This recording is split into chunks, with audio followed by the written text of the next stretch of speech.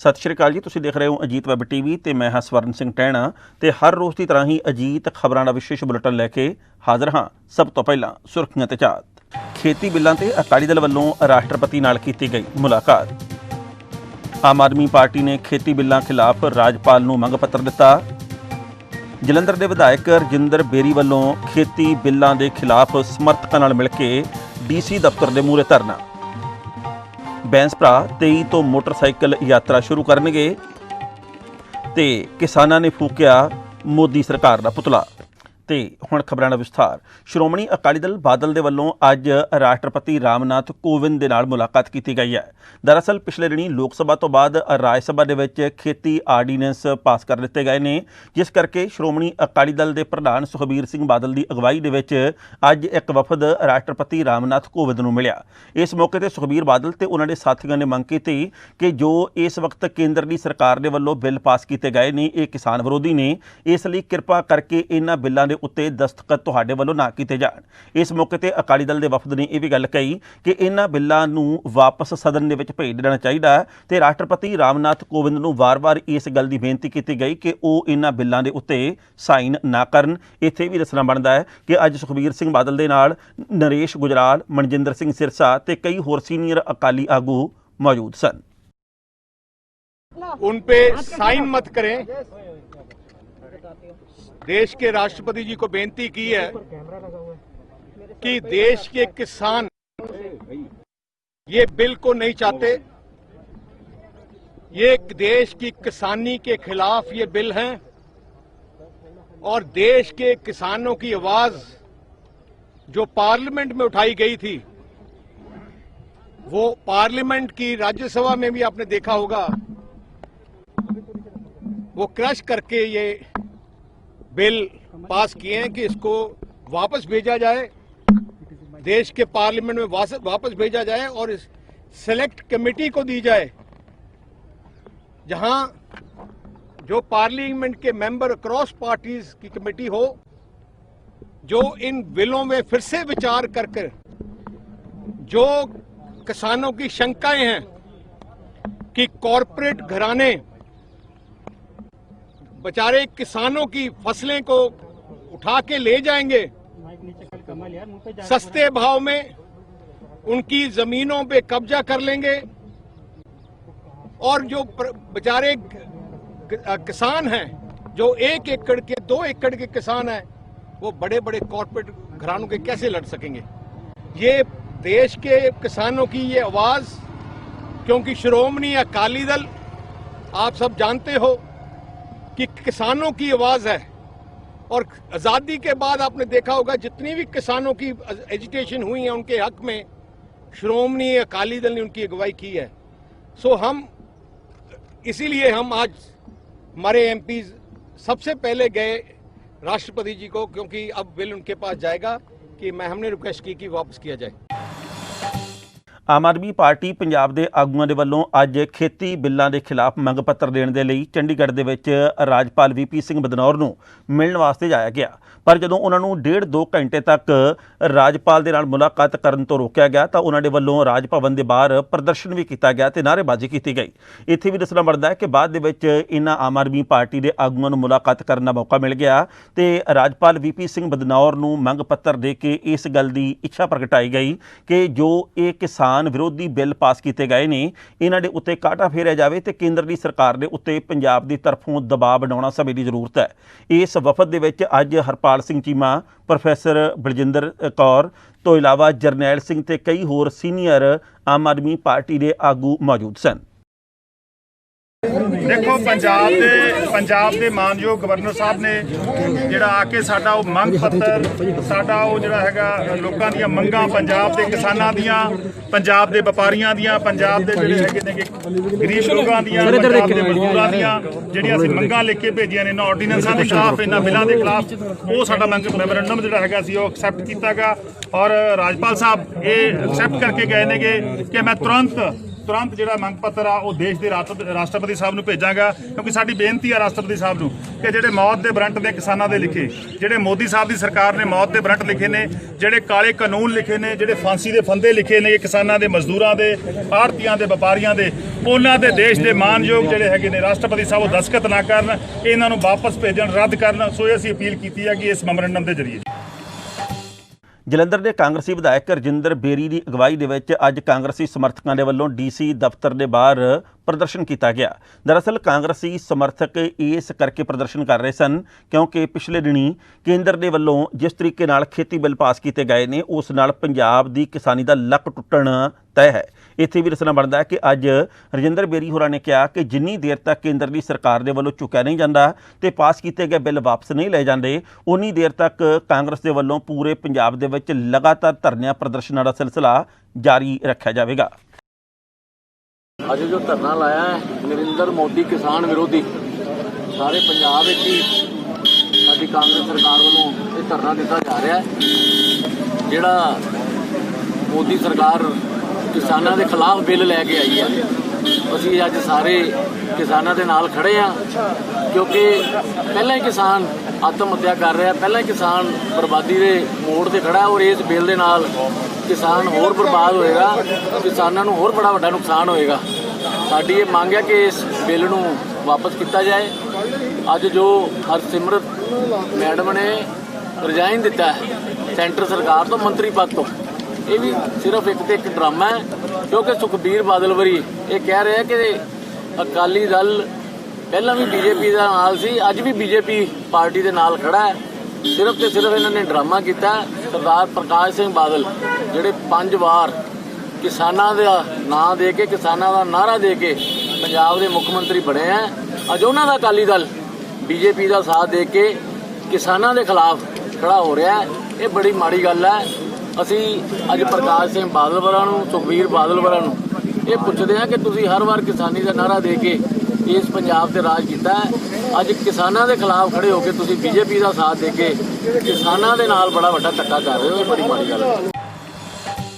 ਲੋਕ ਇਨਸਾਫ ਪਾਰਟੀ ਦੇ ਮੁਖੀ ਤੇ ਆਤਮਨਗਰ ਵਿਧਾਨ ਸਭਾ ਖੇਤਰ ਤੋਂ ਵਿਧਾਇਕ ਸਿਮਰਜੀਤ ਸਿੰਘ ਬੈਂਸ ਹੋਰਾਂ ਨੇ ਕਿਹਾ ਕਿ ਉਹ ਤੇ ਉਹਨਾਂ ਦੀ ਪਾਰਟੀ ਦੇ ਹਜ਼ਾਰਾਂ ਦੀ ਗਿਣਤੀ ਵਿੱਚ ਸਮਰਥਕ ਫਤਿਹਗੜ੍ਹ ਸਾਹਿਬ ਤੋਂ ਦਿੱਲੀ ਵੱਲ 23 ਸਤੰਬਰ ਨੂੰ ਕੂਚ ਕਰਨਗੇ ਤੇ ਉਹਨਾਂ ਦੇ ਵੱਲੋਂ ਕੀਤੀ ਜਾਣ ਵਾਲੀ ਇਹ ਮੋਟਰਸਾਈਕਲ ਰੈਲੀ ਯਾਦਗਾਰੀ ਹੋਵੇਗੀ। ਇਸ ਮੌਕੇ ਤੇ ਸਿਮਰਜੀਤ ਬੈਂਸ ਹੋਰਾਂ ਨੇ ਕਿਹਾ ਕਿ ਜਿਸ ਤਰੀਕੇ ਦੇ ਨਾਲ ਕੇਂਦਰ ਦੀ ਸਰਕਾਰ ਦੇ ਵੱਲੋਂ ਇਹ ਬਿੱਲ ਪਾਸ ਕੀਤੇ ਗਏ ਨੇ, ਇਹਨਾਂ ਨੂੰ ਕਦਾਚਿਤ ਬਰਦਾਸ਼ਤ ਨਹੀਂ ਕੀਤਾ ਜਾਵੇਗਾ। ਸਿਮਰਜੀਤ ਬੈਂਸ ਹੋਰਾਂ ਨੇ ਇਹ ਵੀ ਗੱਲ ਕਹੀ ਕਿ ਉਹ ਤੇ ਉਹਨਾਂ ਦੇ ਸਾਥੀਆਂ ਦੇ ਵੱਲੋਂ ਸਾਰੀਆਂ ਤਿਆਰੀਆਂ ਮੁਕੰਮਲ ਕਰ ਲਈਆਂ ਗਈਆਂ ਨੇ ਤੇ 23 ਤਰੀਕ ਨੂੰ ਉਹ ਫਤਿਹਗੜ੍ਹ ਸਾਹਿਬ ਤੋਂ ਦਿੱਲੀ ਦੇ ਵੱਲ ਕੂਚ ਕਰਨਗੇ ਤਾਂ ਜੋ ਕੇਂਦਰ ਦੀ ਗੂੰਗੀ ਬੋਲੀ ਸਰਕਾਰ ਨੂੰ ਇਸ ਮਾਮਲੇ ਦੇ ਉੱਤੇ ਜਗਾਇਆ ਜਾ ਸਕੇ ਕਿ ਪੰਜਾਬ ਜੋ ਕਿ ਖੇਤੀਬਾੜੀ ਪ੍ਰਧਾਨ ਸੂਬਾ ਹੈ, ਤੁਹਾਡੇ ਇਹਨਾਂ ਗਲਤ ਬਿੱਲਾਂ ਦੇ ਕਰਕੇ ਬੁਰੇ ਤਰੀਕੇ ਦੇ ਨਾਲ ਮਾਰਿਆ ਜਾਣਾ। ਇਸ ਮੌਕੇ ਤੇ ਸਿਮਰਜੀਤ ਬੈਂਸ ਨੇ ਕਿਹਾ ਕਿ ਬੀਬੀ ਹਰਸਿਮਰਤ ਕੌਰ ਬਾਦਲ ਦੇ ਵੱਲੋਂ ਖੇਤੀ ਬਿੱਲਾਂ ਦੇ ਖਿਲਾਫ ਜੋ ਅਸਤੀਫਾ ਦਿੱਤਾ ਗਿਆ ਇਹ ਸਵਾਏ ਡਰਾਮੇਬਾਜ਼ੀ ਤੋਂ ਹੋਰ ਕੁਝ ਵੀ ਨਹੀਂ। ਉਹਨਾਂ ਨੇ ਕਿਹਾ ਕਿ ਕਾਂਗਰਸ ਦੇ ਵੱਲੋਂ ਹੀ ਸਿਰਫ ਤੇ ਸਿਰਫ ਭਾਜਪਾ ਦੇ ਨਾਲ ਮਿਲ ਕੇ ਖੇਡ ਖੇਡੀ ਜਾ ਰਹੀ ਹੈ। ਉਹਨਾਂ ਨੇ ਕਿਹਾ ਕਿ ਉਹਨਾਂ ਦੀ ਪਾਰਟੀ ਪੰਜਾਬ, ਪੰਜਾਬੀ ਤੇ ਪੰਜਾਬੀਅਤ ਦੇ ਹਿੱਤਾਂ ਨੂੰ ਪ੍ਰਣਾਈ ਹੋਈ ਹੈ। तो ਅਸੀਂ ਹਰ ਹੀਲੇ ਪਾਰਲੀਮੈਂਟ ਘੇਰਨ ਦਾ ਜਿਹੜਾ ਪ੍ਰੋਗਰਾਮ ਬਣਾਇਆ ਉਹਨੂੰ ਸਿਰੇ ਚਾੜਾਂਗੇ। ਅਸੀਂ ਹਜ਼ਾਰਾਂ ਦੀ ਗਿਣਤੀ ਦੇ ਵਿੱਚ 23 ਤਰੀਕ ਨੂੰ ਫਤਿਹਗੜ੍ਹ ਸਾਹਿਬ ਦੀ ਪਵਿੱਤਰ ਧਰਤੀ ਤੋਂ ਹਜ਼ਾਰਾਂ ਦੀ ਗਿਣਤੀ 'ਚ ਮੋਟਰਸਾਈਕਲ ਕਾਲੇ ਝੰਡੇ ਹੱਥਾਂ 'ਚ ਫੜ ਕੇ ਜਾਵਾਂਗੇ। ਰੋਸ ਕਿ ਮੋਦੀ ਸਾਹਿਬ ਦੇ ਅੱਗੇ ਬੈਣ ਪਾਵਾਂਗੇ ਜਾ ਕੇ ਕਿ ਇਹ ਪੰਜਾਬ ਨੂੰ ਖਤਮ ਕਰੇਗਾ। ਇਹ ਪੰਜਾਬੀ ਕਿਸਾਨਾਂ ਦੇ ਡੈਥ ਵਾਰੰਟ ਹੈਗੇ ਜਿਹੜਾ ਖੇਤੀ ਸੁਧਾਰ ਬਿੱਲ। ਤੁਸੀਂ ਯਾਦ ਕਰੋ, ਅਸੀਂ 300 ਕਿਲੋਮੀਟਰ ਲੰਬੀ ਯਾਤਰਾ ਅੱਜ ਤੋਂ ਕੋਈ 3 ਮਹੀਨੇ ਪਹਿਲਾਂ ਜਦੋਂ ਖੇਤੀ ਸੁਧਾਰ ਆਰਡੀਨੈਂਸ ਆਏ ਸੀ, ਬਹੁਤ ਗਿਣਤੀ ਪੰਜਾਬ ਦੇ ਲੋਕਾਂ ਨੂੰ, ਕਿਸਾਨਾਂ ਨੂੰ ਨਹੀਂ ਪਤਾ ਸੀ ਵੀ ਇਹਦੇ ਪ੍ਰਭਾਵ ਕੀ ਪੈਣੇ ਆ। ਅਸੀਂ ਲੱਖਾਂ ਦੀ ਗਿਣਤੀ 'ਚ 300 ਕਿਲੋਮੀਟਰ ਸਾਈਕਲ ਯਾਤਰਾ ਦੌਰਾਨ ਹਜ਼ਾਰਾਂ ਪਿੰਡਾਂ 'ਚ ਗਏ, ਲੱਖਾਂ ਦੀ ਗਿਣਤੀ 'ਚ ਪੈਂਫਲੇਟ ਵੰਡਿਆ, ਸਪੀਚ ਕੀਤੀ, ਮੀਡੀਆ ਜ਼ਰੀਏ ਲੋਕਾਂ ਨੂੰ ਅਵੇਅਰ ਕੀਤਾ, ਜਾਗਰੂਕ। ਉਸ ਜਾਗਰੂਕਤਾ ਦੀ ਬਦੌਲਤ ਇੱਕ ਦਬਾਅ ਬਣਿਆ ਤੇ ਸੂਬਾ ਸਰਕਾਰ ਨੂੰ ਵਿਧਾਨ ਸਭਾ ਦੇ ਅੰਦਰ ਇੱਕ ਪ੍ਰਸਤਾਵ ਲੈ ਕੇ ਆਉਣਾ ਪਿਆ ਰੱਦ ਕਰਨ ਸੰਬੰਧੀ ਖੇਤੀ ਸੁਧਾਰ ਆਰਡੀਨੈਂਸ। ਅੱਜ ਮੈਂ ਮੁੱਖ ਮੰਤਰੀ ਸਾਹਿਬ ਨੂੰ ਇੱਕ ਓਪਨਲੀ ਅਪੀਲ ਕਰਦਾ ਕਿ ਉਹ ਅਗਵਾਈ ਦੇਣ। ਉਹ ਸਾਡੇ ਸੂਬੇ ਦੇ ਮੁੱਖ ਮੰਤਰੀ ਹੈ, ਖੇਤੀ ਪ੍ਰਧਾਨ ਸੂਬੇ ਦੇ CM ਅਗਵਾਈ ਦੇਣ। ਜਿੰਨੀਆਂ ਕਿਸਾਨ ਜਥੇਬੰਦੀਆਂ, ਜਿੰਨੀਆਂ ਪੋਲੀਟੀਕਲ ਪਾਰਟੀਆਂ ਵਿਰੋਧ ਕਰਦੀਆਂ ਖੇਤੀ ਸੁਧਾਰ ਬਿੱਲਾਂ ਦਾ, ਉਹਨਾਂ ਸਾਰਿਆਂ ਨੂੰ ਇੱਕ ਝੰਡੇ ਥੱਲੇ ਲੈ ਲੈਣ, ਖੁਦ ਅਗਵਾਈ ਕਰਨ ਖੁਦ ਮੁੱਖ ਮੰਤਰੀ ਸਾਹਿਬ ਅਗਵਾਈ ਕਰਕੇ ਸਾਨੂੰ ਪਾਰਲੀਮੈਂਟ ਤੱਕ ਲੈ ਕੇ ਜਾਣ ਜਾਂ ਪ੍ਰਧਾਨ ਮੰਤਰੀ ਦੀ ਕੋਠੀ ਦਾ ਘਿਰਾਓ ਰੱਖਣ, ਤਾਂ ਜੋ ਕੇਂਦਰ ਸਰਕਾਰ ਦੇ ਉੱਤੇ ਇੱਕ ਮਜ਼ਬੂਤ ਦਬਾਅ ਤੇ ਹੋ ਸਕਦਾ ਜੇ ਮੁੱਖ ਮੰਤਰੀ ਸਾਹਿਬ ਸਾਡੀ ਅਪੀਲ ਇਹ ਮੰਨ ਲੈਣ ਤੇ ਕੇਂਦਰ ਸਰਕਾਰ ਦਬਾਅ ਦੇ ਵਿੱਚ ਆ ਕੇ ਇਹ ਕਾਨੂੰਨ ਡ੍ਰੌਪ ਕਰ ਜਾਵੇ।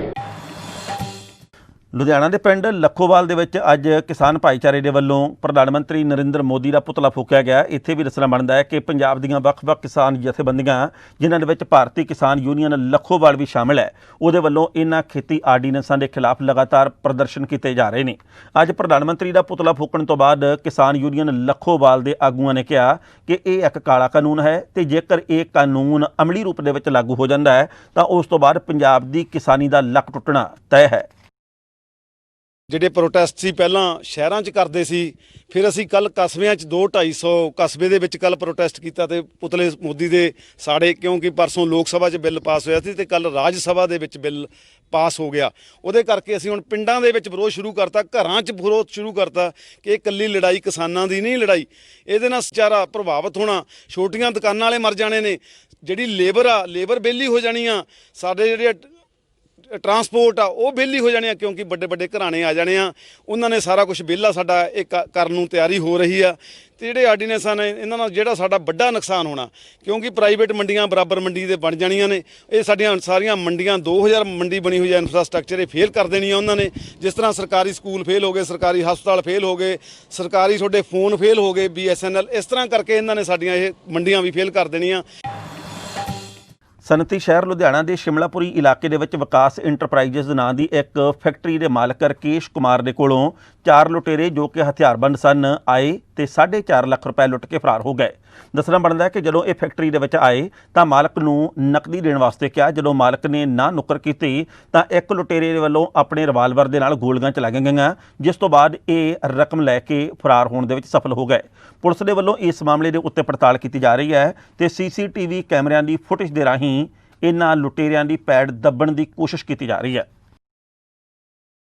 ਹੁਣੇ ਕਿਸੇ ਨੇ ਜਿਹੜਾ ਕਾਲਰ ਹੈਗਾ ਉਹਦਾ ਨਾਮ ਵੀ ਗਗਨਦੀਪ ਹੀ ਹੈ। ਵਿਕਾਸ ਸੂਦ ਇੰਟਰਪ੍ਰਾਈਜ਼ਸ ਨਾਂ ਦੀ ਫੈਕਟਰੀ ਹੈ ਸ਼ਿਮਲਾਪੁਰੀ ਦੇ ਵਿੱਚ, ਤੇ ਉੱਥੇ ਕੋਈ 4 ਬੰਦੇ ਆਏ ਆ, ਜਿਸ 'ਚੋਂ 3 ਤਾਂ ਅਸੀਂ ਆਇਡੈਂਟੀਫਾਈ ਕਰ ਰਹੇ, ਇੱਕ ਅਜੇ ਉਹਦੀ ਆਇਡੈਂਟੀਫਿਕੇਸ਼ਨ ਨਹੀਂ ਹੋਈ। ਇਹ ਆਲਰੇਡੀ ਜਿਹੜਾ ਇਹਦਾ ਮਾਲਕ ਹੈ ਰਕੇਸ਼ ਏਲੀਅਸ ਬੌਬੀ, ਉਹਦੇ ਕੋਲ ਇੱਕ ਲੜਕਾ ਜਸਵੀਰ ਨਾਂ ਦਾ ਕੰਮ ਕਰਦਾ ਰਿਹਾ ਹੈ। ਉਹ ਜੱਸੀ ਨਾਂ, ਉਹਨੂੰ ਜਸਵੀਰ ਏਲੀਅਸ ਜੱਸੀ ਹੈ। ਉਹ ਫਿਲਹਾਲ ਪਤਾ ਉਹ 120 ਨੰਬਰ ਮੁਕੱਦਮਾ ਹੈ ਸ਼ਿਮਲਾਪੁਰੀ ਪੁਲਿਸ ਸਟੇਸ਼ਨ ਦਾ, ਉਹਦੇ ਵਿੱਚ ਉਹ ਜੇਲ੍ਹ ਦੇ ਵਿੱਚ ਹੈ। ਉਹ ਮੁੰਡਾ ਇਹਦੇ ਕੋਲ ਕੰਮ ਕਰਦਾ ਰਿਹਾ। ਉਹਦੇ ਬ੍ਰਦਰ ਦਾ ਆ ਕੇ ਪੁੱਛਦੇ ਸੀ ਵੀ ਉਹਦਾ ਬ੍ਰਦਰ ਕਿੱਥੇ, ਉਹਨੂੰ ਫੋਨ ਕਰਕੇ ਬੁਲਾ ਦੇ, ਕਿਉਂਕਿ ਦੋਨੋਂ ਗਰੁੱਪ ਅਲੱਗ-ਅਲੱਗ ਗਰੁੱਪ ਹਨ। ਔਰ ਉਹਨੇ ਇਸ ਗੱਲ 'ਤੇ ਅਸਮਰਥਾ ਇਹਨੂੰ ਜ਼ਾਹਰ ਕੀਤੀ ਹੈ ਤੇ ਇੱਥੇ ਇਹਨਾਂ ਨੇ ਇਸ ਰੰਜਿਸ਼ ਦੇ ਵਿੱਚ ਫਾਇਰ ਕਰਤੇ ਆ ਤੇ ਉਹ ਇਹ ਐਲੈਜ ਕਰ ਰਿਹਾ ਕਿ ਮੇਰੇ ਕੋਲ ਕੈਸ਼ ਸੀਗਾ 4 ਲੱਖ ਤੇ 43,000 ਰੁਪਈਆ, ਉਹ ਸਨੈਚ ਕਰਕੇ ਲੈ ਗਏ। तो ਅਸੀਂ ਮੁਕੱਦਮਾ ਦਰਜ ਕਰਕੇ ਤਫਤੀਸ਼ ਕਰ ਰਹੇ ਹਾਂ, ਜਲਦੀ ਅਰੈਸਟ ਕਰ ਲਾਂਗੇ। ਪੰਜਾਬ, ਹਰਿਆਣਾ ਤੇ ਭਾਰਤ ਦੇ ਬਾਕੀ ਵੱਖ-ਵੱਖ ਸੂਬਿਆਂ ਦੇ ਵਿੱਚ ਕਿਸਾਨ ਭਾਈਚਾਰਾ ਸੜਕਾਂ ਦੇ ਉੱਤੇ ਨਿਤਰਿਆ ਹੋਇਆ। ਲਗਾਤਾਰ ਰੇਲਾਂ ਰੋਕਣ ਤੇ ਸੜਕਾਂ ਦੇ ਉੱਤੇ ਜਾਮ ਲਾਉਣ ਦੀਆਂ ਖਬਰਾਂ ਸਾਹਮਣੇ ਆ ਰਹੀਆਂ ਨੇ, ਪਰ ਇੰਨਾ ਕੁਝ ਹੋਣ ਦੇ ਬਾਵਜੂਦ ਭਾਰਤ ਦੇ ਪ੍ਰਧਾਨ ਮੰਤਰੀ ਨਰਿੰਦਰ ਮੋਦੀ ਦੇ ਕੰਨਾਂ ਦੇ ਉੱਤੇ ਜੂੰ ਤੱਕ ਨਹੀਂ ਸਰਕ ਰਹੀ। ਉਹ ਹਾਲੇ ਵੀ ਆਪਣੀ ਸਰਕਾਰ ਦੇ ਫੈਸਲੇ ਨੂੰ ਸਹੀ ਸਾਬਤ ਕਰਨ ਦੀ ਕੋਸ਼ਿਸ਼ ਦੇ ਵਿੱਚ ਨੇ। ਅੱਜ ਭਾਰਤ ਦੇ ਪ੍ਰਧਾਨ ਮੰਤਰੀ ਨੇ ਕਿਹਾ ਕਿ ਕੁਝ ਕੁ ਰਾਜਨੀਤਿਕ ਪਾਰਟੀਆਂ ਕਿਸਾਨਾਂ ਨੂੰ ਗੁੰਮਰਾਹ ਕਰਨ ਦਾ ਯਤਨ ਕਰ ਰਹੀਆਂ ਨੇ। ਉਹਨਾਂ ਨੇ ਕਿਹਾ ਕਿ ਜੋ ਬਿੱਲ ਪਾਸ ਕੀਤਾ ਗਿਆ ਇਹ ਇੱਕ ਇਤਿਹਾਸਕ ਮੌਕਾ ਹੈ ਤੇ ਇਹੋ ਜਿਹਾ ਮੌਕਾ ਕਦੇ-ਕਦਾਈ ਜ਼ਿੰਦਗੀ ਦੇ ਵਿੱਚ ਆਉਂਦਾ ਹੈ। ਉਹਨਾਂ ਨੇ ਕਿਹਾ ਕਿ ਕਿਸਾਨ ਭਾਈਚਾਰੇ ਦੀ ਆਮਦਨ ਦੁੱਗਣੀ ਹੋ ਜਾਵੇਗੀ, ਰਾਹ ਵਿੱਚੋਂ ਵਿਚੋਲਿਆਂ ਦਾ ਖਾਤਮਾ ਹੋ ਜਾਵੇਗਾ ਤੇ ਉਹਨਾਂ ਨੇ ਇਹ ਵੀ ਗੱਲ ਵਾਰ-ਵਾਰ ਕਹੀ ਕਿ MSP ਖਤਮ ਨਹੀਂ ਹੋਵੇਗੀ।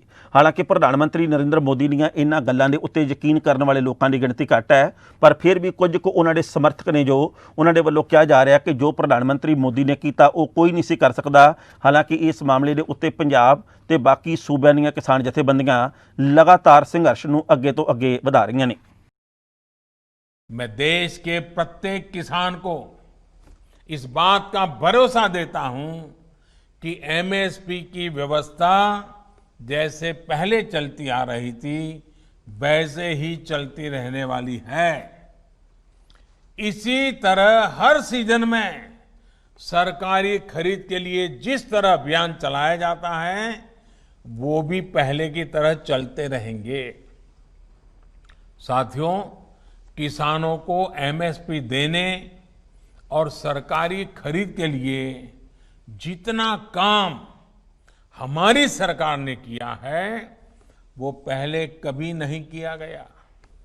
बीते 5 साल में जितनी सरकारी खरीद हुई है और 2014 से पहले के 5 साल में जितनी सरकारी खरीदी हुई है उसके आंकड़े देखोगे तो कौन सच बोल रहा है, कौन किसानों के लिए काम कर रहा है, कौन किसानों के भलाई के लिए काम कर रहा है, इसकी गवाही वहीं से मिल जाएगी। इस साल कोरोना संक्रमण के दौरान भी रबी सीजन में किसानों से गेहूं की रिकॉर्ड खरीदी की गई है। इस साल रबी में गेहूं, धान, दलहन और तिलहन को मिलाकर किसानों को 1,13,000 करोड़ रुपए एमएसपी पर दिया गया है। ये राशि भी पिछले साल के मुकाबले 30% से ज्यादा है। यानी कोरोना काल में न सिर्फ रिकॉर्ड सरकारी खरीद हुई बल्कि किसानों को रिकॉर्ड भुगतान भी किया गया है। ਹੁਸ਼ਿਆਰਪੁਰ ਦੇ ਵਿੱਚ ਸਹਾਇਕ ਸਬ ਇੰਸਪੈਕਟਰ ਨੂੰ 4000 ਰੁਪਏ ਦੀ ਰਿਸ਼ਵਤ ਲੈਂਦਿਆਂ ਰੰਗੇ ਹੱਥੀਂ ਫੜੇ ਜਾਣ ਦੀ ਖਬਰ ਪ੍ਰਾਪਤ ਹੋਈ ਹੈ। ਜਾਣਕਾਰੀ ਦੇ ਮੁਤਾਬਕ ਵੈਸੇ ਤਾਂ ਪੂਰੇ ਪੰਜਾਬ ਦੇ ਵੱਖ-ਵੱਖ ਹਿੱਸਿਆਂ ਦੇ ਵਿੱਚ ਲਗਾਤਾਰ ਕਿਸੇ ਨਾ ਕਿਸੇ ਵਿਭਾਗ ਦੇ ਅਧਿਕਾਰੀ ਜਾਂ ਕਰਮਚਾਰੀ ਦੇ ਵੱਲੋਂ ਰਿਸ਼ਵਤ ਲੈਣ ਦੀਆਂ ਖਬਰਾਂ ਆਉਂਦੀਆਂ ਨੇ, ਪਰ ਪੁਲਿਸ ਮਹਿਕਮੇ ਦੇ ਵਿੱਚ ਇਹ ਸਭ ਕੁਝ ਆਮ ਨਾਲੋਂ ਵੱਧ ਚੱਲਦਾ ਹੈ। ਪਰ ਅੱਜ ਜਦੋਂ ਸਹਾਇਕ ਸਬ ਇੰਸਪੈਕਟਰ ਨੂੰ 4000 ਰੁਪਏ ਦੀ ਰਿਸ਼ਵਤ ਲੈਂਦਿਆਂ ਦਬੋਚ ਲਿਆ ਗਿਆ ਤਾਂ ਸੀਨੀਅਰ ਵਿਜੀਲੈਂਸ ਅਧਿਕਾਰੀਆਂ ਨੇ ਕਿਹਾ ਕਿ ਪੰਜਾਬ ਦੇ ਵਿੱਚ ਜ਼ੀਰੋ ਟੋਲਰੈਂਸ ਨੀਤੀ ਦੇ ਉੱਤੇ ਕੰਮ ਕੀਤਾ ਜਾ ਰਿਹਾ ਤੇ ਜਿਹੜੇ ਵੀ ਲੋਕ ਇਸ ਤਰ੍ਹਾਂ ਦੀਆਂ ਗਲਤ ਹਰਕਤਾਂ ਨੂੰ ਅੰਜਾਮ ਦਿੰਦੇ ਨੇ ਉਹਨਾਂ ਨੂੰ ਕਿਸੇ ਵੀ ਤਰੀਕੇ ਨਾਲ ਬਰਦਾਸ਼ਤ ਨਹੀਂ ਕੀਤਾ ਜਾਵੇਗਾ। ਇਹ ਮੈਟਰ ਦੀਪਕ ਨਖਵਾਲ ਸਾਡਾ ਕੰਪਲੇਨੈਂਟ ਹੈ, ਇੱਥੇ ਹੁਸ਼ਿਆਰਪੁਰ ਕਮੇਟੀ ਮਹੱਲੇ ਦਾ ਰਹਿਣ ਵਾਲਾ। ਉਹਦੇ ਕੋਲ ਇੱਕ ਉਹ ਲਾਟਰੀ ਦਾ ਕੰਮ ਕਰਦਾ ਤੇ ਲਾਟਰੀਆਂ ਦੀ ਦੁਕਾਨ ਤੇ ਇੱਕ ਕਿਸ਼ਨ ਕੁਮਾਰ ਇਲੀਅਸ ਗਗਨ ਜਿਹੜਾ ਨਾਂ ਦਾ ਮੁੰਡਾ ਉਹਦੀ ਦੁਕਾਨ ਤੇ ਕੰਮ ਕਰਦਾ ਸੀ। ਹੁਣ 1/8 ਤੋਂ ਉਹਦੀ ਲਾਟਰੀ ਦੁਕਾਨ ਜਿਹੜੀ ਬੰਦ ਪਈ ਆ ਤੇ 2/9 ਨੂੰ ਜਿਹੜਾ ਆ 20 ਨੂੰ ਇਹ ਜਿਹੜਾ ਕਿਸ਼ਨ ਕੁਮਾਰ ਗਗਨ ਹੈ ਉਹਦੀ ਦੁਕਾਨ ਦੇ ਬਾਹਰ ਬੈਠਾ ਸੀਗਾ ਤੇ ASI ਦਵਿੰਦਰ ਕੁਮਾਰ ਥਾਣਾ ਸਿਟੀ ਹੁਸ਼ਿਆਰਪੁਰ ਤੋਂ ਪੋਸਟਡ ਜਿਹੜਾ ਉਹਨੂੰ ਫੜ ਕੇ ਲੈ ਗਿਆ ਤੇ ਉਹਦੇ ਖਿਲਾਫ ਜਿਹੜਾ ਉੱਥੇ ਜਾ ਕੇ ਇੱਕ ਮੁਕੱਦਮਾ ਦਰਜ ਕੀਤਾ। 235 ਨੰਬਰ FIR ਹੈਗੀ ਆ 2/9 ਦੀ ਥਾਣਾ ਸਿਟੀ ਦੀ। ਉਹਦੇ ਖਿਲਾਫ ਜਿਹੜਾ ਅੱਜ ਜਿਹੜਾ ਚਲਾਨ ਅਦਾਲਤ ਵਿੱਚ ਇਹਨੇ ਦੇਣਾ ਸੀਗਾ ਦੋਸ਼ੀ ਦੇ ਖਿਲਾਫ ਤੇ ਉਹਦੇ ਜਿਹੜਾ ਇੱਕ ਤਫਤੀਸ਼ ਤੋਂ ਅਲੱਗ ਡਰਾ ਧਮਕਾ ਕੇ ਉਹਦੇ ਕੋਲੋਂ 4000 ਰੁਪਏ ਦੀ ਮੰਗ ਕਰ ਰਿਹਾ ਸੀਗਾ ਕਿ ਨਹੀਂ ਤਾਂ ਤੇਰਾ ਵੀ ਜਿਹੜਾ ਮੁਕੱਦਮੇ 'ਚ ਨਾ ਪਾਊਂਗਾ। ਜਿਹੜਾ ਉਹਦੇ ਕੋਲੋਂ 4000 ਰੁਪਏ ਦੀ ਰਿਸ਼ਵਤ ਦੀ ਮੰਗ ਕੀਤੀ, ਉਹਨੇ ਸਾਨੂੰ ਆ ਕੇ ਕੰਪਲੇਂਟ ਕੀਤੀ ਹੈ। ਉਹਦੀ ਕੰਪਲੇਂਟ 'ਤੇ ਅਸੀਂ ਕਾਰਵਾਈ ਕਰਦੇ ਹੋਏ ਦਵਿੰਦਰ ASI ਨੂੰ ਜਿਹੜਾ ਰੰਗੇ ਹੱਥੀਂ 4000 ਰੁਪਏ ਵਿੱਚ ਜਿਹੜਾ ਗ੍ਰਿਫਤਾਰ ਕੀਤਾ। ਪਿੰਡ ਬਾਦਲ ਦੇ ਵਿੱਚ ਕਿਸਾਨ ਭਾਈਚਾਰੇ ਦੇ ਵੱਲੋਂ ਖੇਤੀ ਆਰਡੀਨੈਂਸਾਂ ਦੇ ਖਿਲਾਫ ਲਾਇਆ ਹੋਇਆ ਮੋਰਚਾ ਅੱਜ 7ਵੇਂ ਦਿਨ ਦੇ ਵਿੱਚ ਦਾਖਲ ਹੋ ਗਿਆ। ਇੱਥੇ ਵੀ ਦੱਸਣਾ ਬਣਦਾ ਕਿ 7ਵੇਂ ਦਿਨ ਇਸ ਮੋਰਚੇ ਨੂੰ ਹੋਰ ਭਖਿਆ ਹੋਇਆ ਦੇਖ ਕੇ ਜੋ ਵੀ ਪੰਜਾਬ ਪੱਖੀ ਲੋਕ ਨੇ ਉਹਨਾਂ ਦਾ ਮਨ ਇਸ ਗੱਲੋਂ ਗਦਗਦ ਹੋ ਰਿਹਾ ਕਿਉਂਕਿ ਇਸ ਵਕਤ ਕਿਸਾਨ ਭਾਈਚਾਰਾ ਜਾਗਿਆ ਹੋਇਆ। ਦਰਅਸਲ ਇਸ ਮੋਰਚੇ ਦੇ ਵਿੱਚ ਹੁਣ ਔਰਤਾਂ, ਬਜ਼ੁਰਗ ਤੇ ਬੱਚੇ ਵੀ ਆਪ ਮੁਹਾਰੇ ਜੁੜੇ ਨੇ। ਇੱਥੇ ਵੀ ਦੱਸਣਾ ਬਣਦਾ ਕਿ ਪਿਛਲੇ ਦਿਨੀ ਇਸ ਮੋਰਚੇ ਦੇ ਵਿੱਚ ਪ੍ਰੀਤਮ ਸਿੰਘ ਨਾਂ ਦੇ ਇੱਕ 55 ਸਾਲ ਤੋਂ ਵੱਧ ਉਮਰ ਦੇ ਵਿਅਕਤੀ ਜੋ ਕਿ ਅੱਕਾਂਵਾਲਾ ਜ਼ਿਲ੍ਹਾ ਮਾਨਸਾ ਦਾ ਰਹਿਣ ਵਾਲਾ ਸੀ, ਸਲਫਾਸ ਖਾਣ ਤੋਂ ਬਾਅਦ ਉਸ ਦੀ ਮੌਤ ਹੋ ਗਈ ਸੀ ਤੇ ਕੱਲ੍ਹ ਹੀ ਪ੍ਰਸ਼ਾਸਨ ਦੇ ਵੱਲੋਂ ਕੁਝ ਮੰਗਾਂ ਮੰਨੇ ਜਾਣ ਤੋਂ ਬਾਅਦ ਉਸ ਦਾ ਸੰਸਕਾਰ ਕੀਤਾ ਗਿਆ ਸੀ। ਪਰ ਜਿਸ ਤਰੀਕੇ ਦੇ ਨਾਲ ਇਸ ਮੋਰਚੇ ਨੂੰ ਹੁੰਗਾਰਾ ਲਗਾਤਾਰ ਅੱਗੇ ਤੋਂ ਅੱਗੇ ਮਿਲ ਰਿਹਾ, ਉਸ ਤੋਂ ਬਾਅਦ ਇਹ ਕਹਿਣਾ ਕੁਥਾ ਨਹੀਂ ਹੋਵੇਗਾ ਕਿ ਜੇਕਰ ਪੰਜਾਬ ਦੇ ਲੋਕ ਖਾਸ ਕਰਕੇ ਕਿਸਾਨ ਭਾਈਚਾਰਾ ਤੇ ਮਜ਼ਦੂਰ ਭਾਈਚਾਰਾ ਇਸੇ ਤਰੀਕੇ ਨਾਲ ਲਾਮਬੰਦ ਹੁੰਦਾ ਰਿਹਾ ਤਾਂ ਹੁਕਮਰਾਨ ਸਰਕਾਰਾਂ ਨੂੰ ਗੋਡੇ ਟੇਕਣੇ ਜ਼ਰੂਰ ਪੈਣਗੇ। ਭਾਰਤ ਬੰਦ ਦਾ ਸੱਦਾ ਵੀ ਆਇਆ ਹੋਇਆ ਪਰ ਮੈਂ ਇੱਥੇ ਪੰਜਾਬ ਦੀ ਗੱਲ ਕਰੂੰਗਾ। ਪੰਜਾਬ ਦੇ ਵਿੱਚ ਜੋ ਬੰਦ ਕੀਤਾ ਜਾ ਰਿਹਾ ਹੈ ਉਹਦੇ ਵਿੱਚ ਸਾਡੀਆਂ 31 ਕਿਸਾਨ ਜਥੇਬੰਦੀਆਂ ਨੇ ਸਾਂਝੇ ਤੌਰ ਤੇ ਇਕੱਠੇ ਹੋ ਕੇ ਮੋਗੇ ਦੇ ਵਿੱਚ ਮੀਟਿੰਗ ਕਰਕੇ ਇਹ ਬੰਦ ਨੂੰ ਸਫਲ ਬਣਾਉਣ ਖਾਤਰ ਇੱਕ ਸਾਂਝਾ ਪ੍ਰੋਗਰਾਮ ਦਿੱਤਾ ਹੋਇਆ ਕਿਉਂਕਿ ਜਿਹੜੇ ਆਰਡੀਨੈਂਸ ਪਹਿਲਾਂ ਲਿਆਂਦੇ ਸੀ ਮੋਦੀ ਸਰਕਾਰ ਧੱਕੇ ਨਾਲ ਉਹਨਾਂ ਨੂੰ ਪ੍ਰਵਾਨ ਕਰਾ ਕੇ ਉਹਨਾਂ ਨੂੰ ਪਾਸ ਕਰਵਾ ਕੇ ਕਾਨੂੰਨ ਬਣਾਤਾ ਹੈ ਉਹਨਾਂ ਨੇ। ਇਸ ਰੋਸ ਵਜੋਂ ਜਿਹੜਾ 25 ਤਰੀਕ ਨੂੰ ਪੂਰਾ ਪੰਜਾਬ ਬੰਦ ਕੀਤਾ ਜਾ ਰਿਹਾ ਉਹਨੂੰ ਕਾਮਯਾਬੀ ਵਾਸਤੇ ਕੋਈ ਕਿਸੇ ਵੀ ਵਿਚਾਰਾਂ ਦੀ ਜਥੇਬੰਦੀ ਆ ਕਿਸਾਨਾਂ ਦੀ ਨੁਮਾਇੰਦਗੀ ਕਰਦੀ ਹੈ, ਉਹ ਸਾਰੀਆਂ ਨੇ ਇਕਮਤ ਹੋ ਕੇ ਇਸ ਕਾਨੂੰਨ ਦੇ ਖਿਲਾਫ ਪੈਂਤੜਾ ਘਿਰਿਆ ਹੋਇਆ ਤੇ ਤਹੀਆ ਕੀਤਾ ਸਾਰੀਆਂ ਜਥੇਬੰਦੀਆਂ ਨੇ ਵੀ ਭਾਵੇਂ ਮੋਦੀ ਭਰਮ ਭੁਲੇਖੇ 'ਚ ਹੈ, ਮੋਦੀ ਇੱਥੋਂ ਤੱਕ ਵੀ ਕਰੀ ਜਾਂਦਾ। ਸਾਨੂੰ ਪਤਾ ਵੀ ਜਿਨ੍ਹਾਂ ਨੇ ਕੱਲ ਰਾਜ ਸਭਾ ਦੇ ਵਿੱਚ 8 ਮੈਂਬਰਾਂ ਨੇ ਇਹਦਾ ਵਿਰੋਧ ਕੀਤਾ ਉਹਨਾਂ ਨੂੰ ਮੁਅੱਤਲ ਕਰਤਾ। ਜਣੀ ਇੱਥੇ ਜਮਹੂਰੀਅਤ ਨਾਂ ਦੀ ਕੋਈ ਚੀਜ਼ ਨਹੀਂ ਰਹੀ, ਜਮਹੂਰੀਅਤ ਦਾ ਘਾਣ ਕਰਤਾ ਉਹਨਾਂ ਨੇ। ਇਹ ਤਾਨਾਸ਼ਾਹੀ ਦੇ ਖਿਲਾਫ ਪੰਜਾਬ ਦੇ ਲੋਕ ਬਰਦਾਸ਼ਤ ਨਹੀਂ ਕਰਨਗੇ। ਠੀਕ ਹੈ, ਮੋਦੀ ਨੂੰ ਹੋਊਗਾ ਕਿ ਉਹ ਵੱਡੀ ਬਹੁਮਤ ਦਾ ਹੰਕਾਰ, ਪਰ ਪੰਜਾਬ ਦੇ ਵਿੱਚ ਮੋਦੀ ਦਾ ਹੰਕਾਰ ਪੰਜਾਬ ਦੇ ਅਣਖੀ ਲੋਕ ਤੋੜ ਦੇਣਗੇ। ਇਹ ਕਾਨੂੰਨ ਨੂੰ ਲਾਗੂ ਨਹੀਂ ਹੋਣ ਦੇਣਗੇ। ਜਲੰਧਰ ਦੇ ਪਿੰਡ ਜਮਸ਼ੇਰ ਖਾਸ ਦੇ ਵਿੱਚ ਅੱਜ ਇੱਕ ਕਤਲ ਦੀ ਖਬਰ ਪ੍ਰਾਪਤ ਹੋਈ ਹੈ। ਜਾਣਕਾਰੀ ਦੇ ਮੁਤਾਬਕ ਮਾਨ ਸਿੰਘ ਰਾਣਾ ਜੋ ਕਿ ਸਾਬਕਾ ਪੰਚਾਇਤ ਮੈਂਬਰ ਸਨ, ਕੁਝ ਅਣਪਛਾਤੇ ਲੋਕਾਂ ਦੇ ਵੱਲੋਂ ਉਹਨਾਂ ਦਾ ਗੋਲੀਆਂ ਮਾਰ ਕੇ ਕਤਲ ਕਰ ਦਿੱਤਾ ਗਿਆ। ਉਹ ਉਸ ਵਕਤ ਗੁਰਦੁਆਰਾ ਸਾਹਿਬ ਦੇ ਵਿੱਚ ਮੱਥਾ ਟੇਕਣ ਜਾ ਰਹੇ ਸਨ ਕਿ ਅਚਾਨਕ ਕੁਝ ਅਣਪਛਾਤੇ ਲੋਕਾਂ ਦੇ ਵੱਲੋਂ ਉਹਨਾਂ ਦੇ ਉੱਤੇ ਗੋਲੀਆਂ ਦੀ ਵਾਛੜ ਕਰ ਦਿੱਤੀ ਗਈ, ਜਿਹਦੇ ਵਿੱਚੋਂ 3 ਗੋਲੀਆਂ ਉਹਨਾਂ ਦੀ ਛਾਤੀ ਦੇ ਵਿੱਚ ਵੱਜੀਆਂ ਨੇ। ਉਹਨਾਂ ਨੂੰ ਹਸਪਤਾਲ ਦੇ ਵੱਲ ਲਿਜਾਇਆ ਗਿਆ ਪਰ ਉਹਨਾਂ ਦੀ ਮੌਤ ਹੋ ਗਈ। ਪੁਲਿਸ ਦੇ ਵੱਲੋਂ ਇਸ ਕਤਲ ਦੇ ਕਾਰਨਾਂ ਦੀ ਪੜਤਾਲ ਕਰਨ ਦੀ ਕੋਸ਼ਿਸ਼ ਕੀਤੀ ਜਾ ਰਹੀ ਹੈ। ਇਹ ਸੀ ਅਜੀਤ ਖਬਰਾਂ ਦਾ ਵਿਸ਼ੇਸ਼ ਬੁਲੇਟਿਨ। ਤਾਜ਼ਾ ਤਰੀਨ ਤੇ ਨਵੀਆਂ ਨਕੋਰ ਖਬਰਾਂ ਲੈ ਕੇ ਦੋਸਤੋ ਅਸੀਂ ਕੱਲ੍ਹ ਨੂੰ ਇਸੇ ਵਕਤ ਫਿਰ ਹਾਜ਼ਰ ਹੋਵਾਂਗੇ। ਉਦੋਂ ਤੱਕ ਲਈ ਆਗਿਆ ਦਿਓ। ਬਹੁਤ ਬਹੁਤ ਮਿਹਰਬਾਨੀ।